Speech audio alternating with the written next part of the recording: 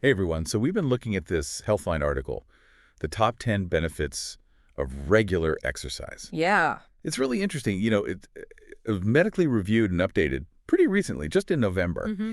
It struck me, like, we all know exercise is good for us, but Right. for this deep dive, for you listening, this isn't just about surface level understanding. Absolutely. It's like, what's really going on when we talk about those benefits? Yeah. What are those aha moments that actually make a difference in our daily lives and our long-term health? Yeah, it's not just a checklist of like, oh, this is good for you. Right. The Healthline article, it goes into some really fascinating mechanisms, connections, Yeah. and that's what we really want to explore here to give you a richer sense of what your body and brain are actually doing when you make exercise a regular thing. So, okay, the first benefit they point to is happiness. Right. But it's not just, that runner's high or that feeling you get right after a workout, right? It's so much more than that. What's really interesting is there's evidence that even short bursts of activity can improve your mood. Hmm. The article mentions a 2019 review. Yeah. And it wasn't just one study, they looked at a whole bunch of different research. Yeah. And they found that even just 10 to 30 minutes can make a real difference for you. Wow, that's pretty amazing. Yeah, so think about it this way. Like those little bits of activity that you manage to squeeze in, Yeah. they might actually be priming your brain by potentially increasing the amount of those key neurotransmitters available, like serotonin. And that's not just about feeling a bit better. It could be like, contributing to a more stable mood over time. Yeah, I like that, building that resilience. And it's not just about what happens during exercise either, is it? No, not at all. The article talks about exercise potentially making your brain more sensitive to things like serotonin and norepinephrine, Exactly. which, we know are crucial for regulating mood and keeping depression at bay. And then there are the endorphins. Of course, yeah, those natural mood boosters and pain relievers. Exactly. And it's interesting, the connection goes both ways, which I think is really telling. Oh, how so? Well, there's a 2017 review they cite, and what they found is if someone's been active regularly and then they stop, they might actually experience more symptoms of depression and anxiety, Oh, wow. sometimes even within just a few weeks. So it really highlights how important exercise can become for maintaining that balance, that emotional equilibrium for you. Yeah, that's a really powerful point. It is. So let's shift gears a bit and talk about weight management. Okay. The article explains that it's not just about the calories you burn during a workout. Right. It's how your body actually uses energy in different ways. Absolutely, yeah. Your body is constantly using energy, just to keep you going, burning calories through digestion, all those essential functions like breathing and, your heart beating. But here's the thing. For you, when you reduce your calorie intake to try and lose weight, sometimes your metabolic rate can actually slow down a bit too. Interesting. So regular exercise, as the article points out, can help counteract that by giving your metabolism a boost. Okay. Think of it this way, like your metabolism is like the engine in your car. Right. Even when you're parked, when you're resting, it's still burning fuel, still burning those calories to keep things running. Right. And exercise, especially building muscle, it can actually help increase the size and the efficiency of that engine, so you burn more fuel even when you're not actively moving. So it's like keeping the engine revving even when you're putting in less fuel. Exactly. Now, the article specifically mentions the benefit of combining aerobic exercise and resistance training. Why is that combo so effective? I think if we connect it to the bigger picture for you, that combination really hits the sweet spot. Aerobic exercise is great for burning calories during the activity itself, right? While resistance training helps you build and maintain muscle mass. And here's the thing, muscle tissue is more active than fat tissue, meaning it burns more calories even at rest. Yeah, that makes sense. And then, of course, as the article notes, this combination is fantastic for keeping your cardiovascular system healthy. So it's really a win-win. Okay, let's talk about muscles and bones. Now, we all know we tend to lose muscle as we get older, Right. but how does exercise actually help slow that down? What's really important for you to remember is that regular physical activity sends a really strong signal to your body to hold on to and build muscle tissue. Yeah. The article mentions this is crucial for maintaining strength and your ability to function well as you age, Right. which of course helps reduce the risk of falls and injuries. And it's not just about the muscles, right? Yeah, that's not. The article also points to the impact on bone density.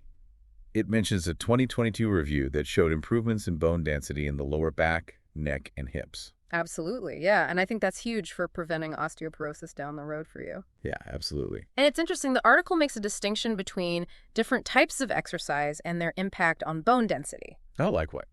Well, impact exercises, things like running or jumping, they actually provide a greater stimulus for bone growth compared to no impact activities like swimming or cycling. Okay. Of course, both types have their benefits, but it's good to be aware of that distinction for you. That makes sense, right? Yeah. The impact kind of tells your bones, like, hey, you need to get stronger. Exactly. Okay, now, the next benefit might surprise some people. Yeah. Increased energy levels. Mm-hmm. It almost seems counterintuitive, right? Like using energy would lead to more energy. It does, doesn't it? It's a really good question. Yeah. But the article explains that aerobic exercise strengthens your cardiovascular system and improves your lung health. Hmm. So, your heart becomes more efficient at pumping blood, which means more oxygen gets to your muscles. Okay. And over time, your lungs become more efficient too, meaning less effort for you to breathe. So it's like your whole system gets tuned up and it works better, Yeah. leading to less fatigue overall. Exactly. There's actually a quote in the article from the American Lung Association that really drives that point home. And what's really amazing is that the article even mentions exercise can help with fatigue associated with things like cancer. Yeah, it's really incredible. Wow. Think of it as your body becoming more capable overall for you. Everyday tasks become less strenuous, Yeah. and you've got more energy in reserve to do the things you enjoy. Makes sense. Okay, moving on to a really significant area, reducing your risk of chronic diseases. I mean, the list in the article is really comprehensive. It is, and I think what's so important for you here is just the sheer breadth of the impact. Regular activity is cited as a key factor in lowering your risk of developing type 2 diabetes, heart disease, various cancers, including breast, colorectal, lung, liver, and then high LDL cholesterol, hypertension. It's a really powerful form of preventative care, for you. Huh. It really is. Yeah. It makes you think about exercise not just as something you do when you're not feeling well, but to stay well in the first place. Absolutely. Now, skin health was another benefit that I was really intrigued by. How does exercise play a role there? It actually ties into something called oxidative stress. Okay. The article explains that unstable molecules called free radicals can damage your cells, including skin cells. You can kind of think of it like rust on metal. Okay.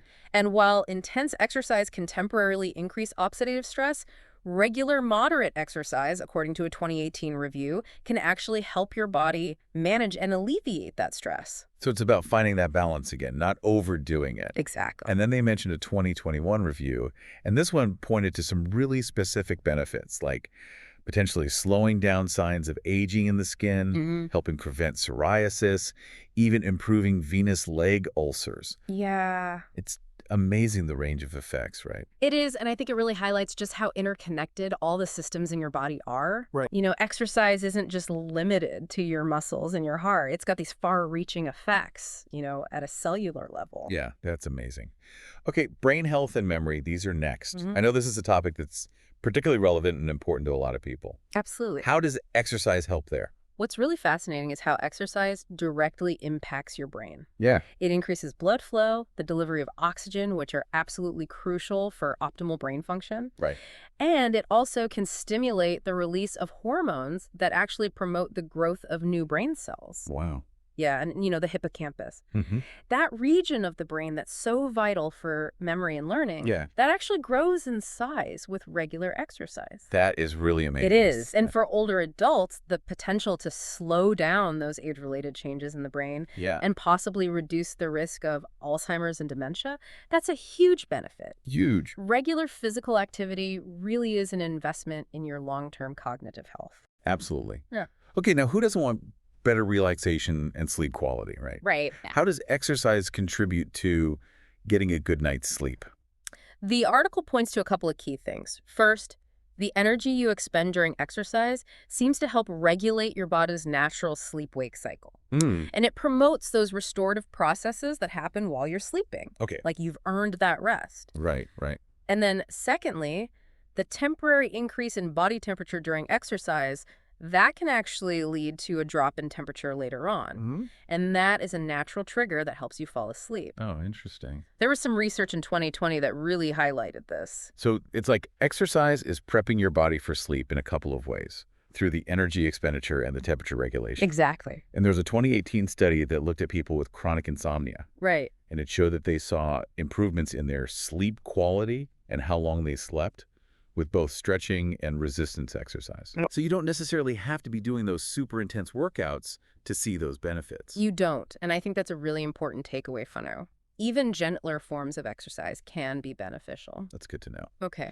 Pain reduction. This is another area where exercise might surprise some people, especially those dealing with chronic pain who might have been told to rest in the past. Yeah, and this is a really significant shift in how we understand and manage chronic pain now. Hmm?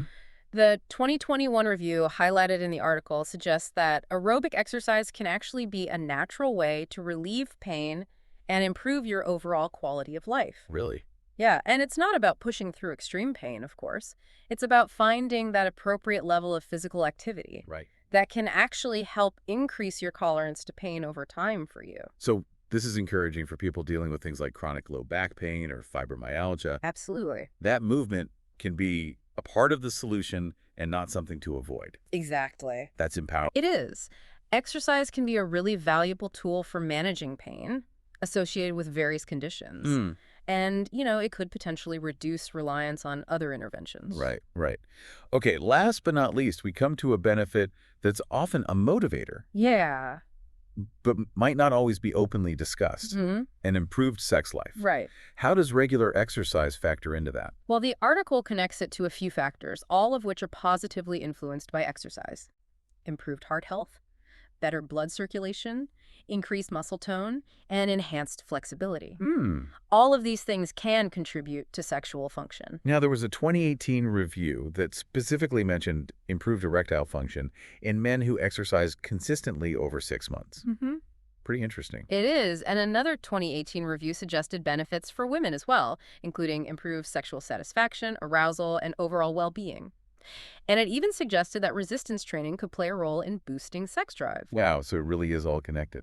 It is. It really underscores how intertwined our physical and sexual health are. So we've really dived deep into all these incredible benefits.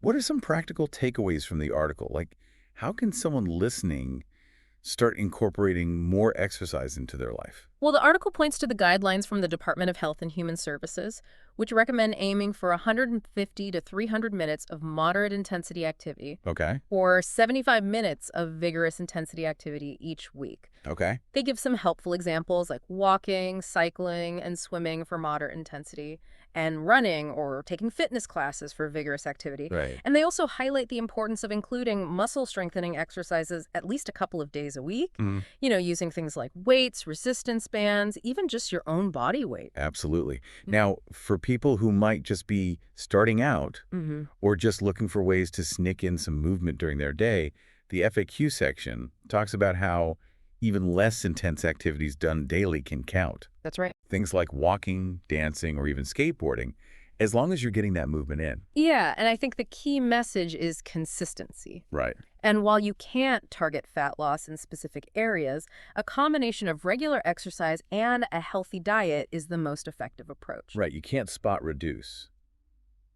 So when we look at the bigger picture here, this deep dive into the Healthline article really shows that exercise is about so much more than just looking a certain way or hitting a specific fitness goal. Absolutely. It has this really profound impact on pretty much every aspect of our health. Yeah, and I think it's important to emphasize these aren't just abstract concepts. Right. The article is pointing to tangible research-backed improvements Yeah. in your mood, your energy levels, your ability to prevent disease, your cognitive function, how well you sleep, so many areas. Yeah, so much. So for you listening, I really encourage you to think about what resonates with you most. Yeah. Maybe it's that boost in mood. Maybe it's better sleep. Maybe it's the long-term benefits of reducing your risk of disease. Even the article, in its just one thing section, encourages starting small. It does. Just find one way to add a little more movement to your day. Yeah, and if you consider just how interconnected all of these benefits are, it makes you wonder, what's one small step you could take today, even if it's just a few minutes of movement, that could actually have a positive ripple effect across your entire well-being? That's a great question to ponder. Mm-hmm. Beyond the top 10 that we've talked about today, what other surprising areas of your life might be positively influenced by making regular physical activity a real priority. Hmm. Something to think about.